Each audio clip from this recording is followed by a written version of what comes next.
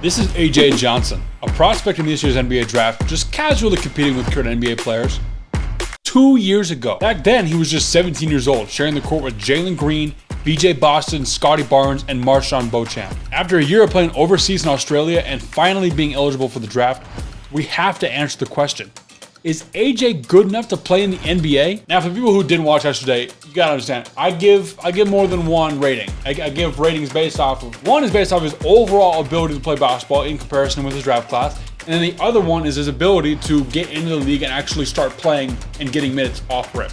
Looking at AJ, there's a lot to be excited about. At the recent combine, Johnson was measured just over 6'4" with a 6'9" wingspan and weighed 167 pounds. I only bring up weight because, especially for guards, that gives insight to how the play style usually is. For instance, if we go off of height alone, we get either 6'4", 6'5" guards, but then we split those up into weight categories, and we see lighter guys like Jalen Green are more shifty slashers, and heavier, bulkier guards like Anthony Edwards uses his frame to blow by people and dunk with force. What is true for Green is also true for AJ, as someone who primarily focuses on ball handling to create shots off the dribble. We can see this in him as he brings the ball up slowly and makes a few quick jab steps to shift directions and explode to the rim with defenders all over the place. He plays a lot like Jalen Green, but he's a little bit smaller and less explosive, but what he lacks in those areas, he makes up for in patience and good point guard skills. Something that wasn't apparent with Jalen Green pre his draft. Johnson just has a great read of the game. Like right here when he sees the opening for a back cut and then darts out for the dunk. Jalen Green is a shooting guard, and despite the similarities that they both share,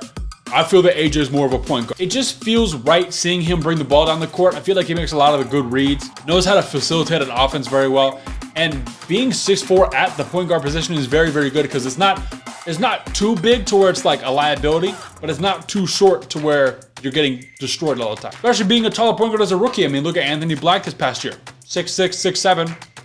He got a lot of playing time. Very good defensively, very quick, makes a lot of good reads on offense. And then he got a lot of playing time for a good 5th seed Magic team, right? So this is the kind of same scenario that AJ Johnson's gonna be in. That's my take on his play style, but what are his...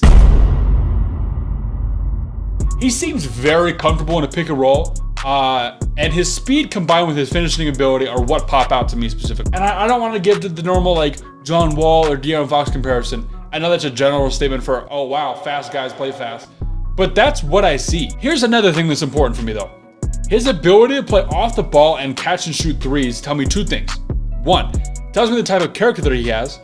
And two, he's a patient and frankly mature player. But like really quick, let's go back to that Jalen Green one in 2022 that he was there for. I mean, some of the stuff that he was doing was amazing.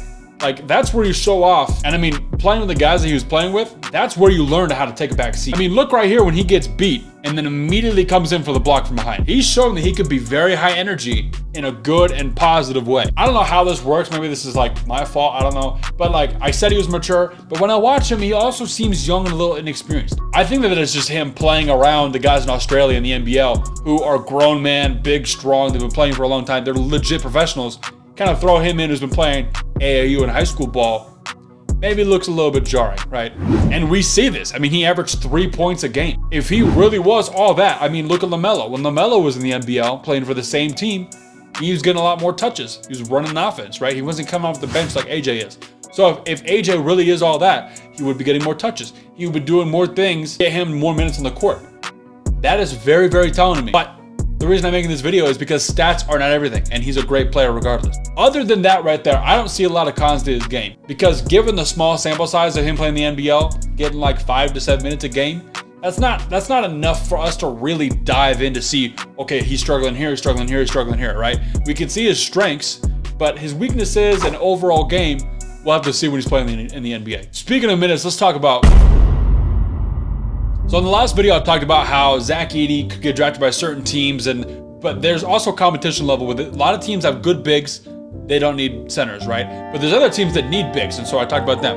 With AJ though, guys like him come a dime a dozen. Every team has a really, really good guard. I mean, just look at the worst teams in the league even. The Hornets, the Blazers, and the Pistons, who've got Cade, Scoot, and LaMelo. I mean, those are all-star caliber players. Maybe not Scoot. But LaMelo and Cade are right there, right? That's what I'm saying. So I think off rip, it's going to be very hard for him to get like a really, really good position in the NBA to get a lot of minutes. Especially when not really doing a lot in the NBL. And unfortunately, even though he's a first round pick, that potential might have to come through in playing in the Summer League, playing in the G League and stuff like that. That's how you're gonna have to move up a little bit. Once again, my hope every single year is for guys who are getting drafted to get put on teams that are really gonna nourish them and actually want them there. Because we see a lot of guys, I mean, like the Clippers for me, and we got younger guys like BJ Boston and Kobe Brown who don't get a lot of playing time. Okay, that's a rant for a different day. I don't need to talk about that right now. But it proves my point about AJ. He's not going to just come in and boom. I mean, we saw BJ. He was playing against BJ in that run in 2022. And BJ was balling out, and he's barely getting minutes ever. Garbage time minutes on the Clippers. So you kind of see how there's a lot of guys like AJ. My grading for him against his class is going to be a B-.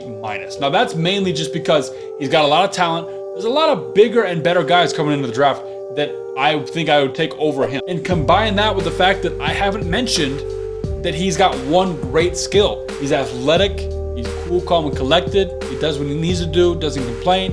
Those are good qualities to have, but you don't have that one like, wow, I'm like, he's at the top of the list. He's not that kind of guy. So I'll give him a B-.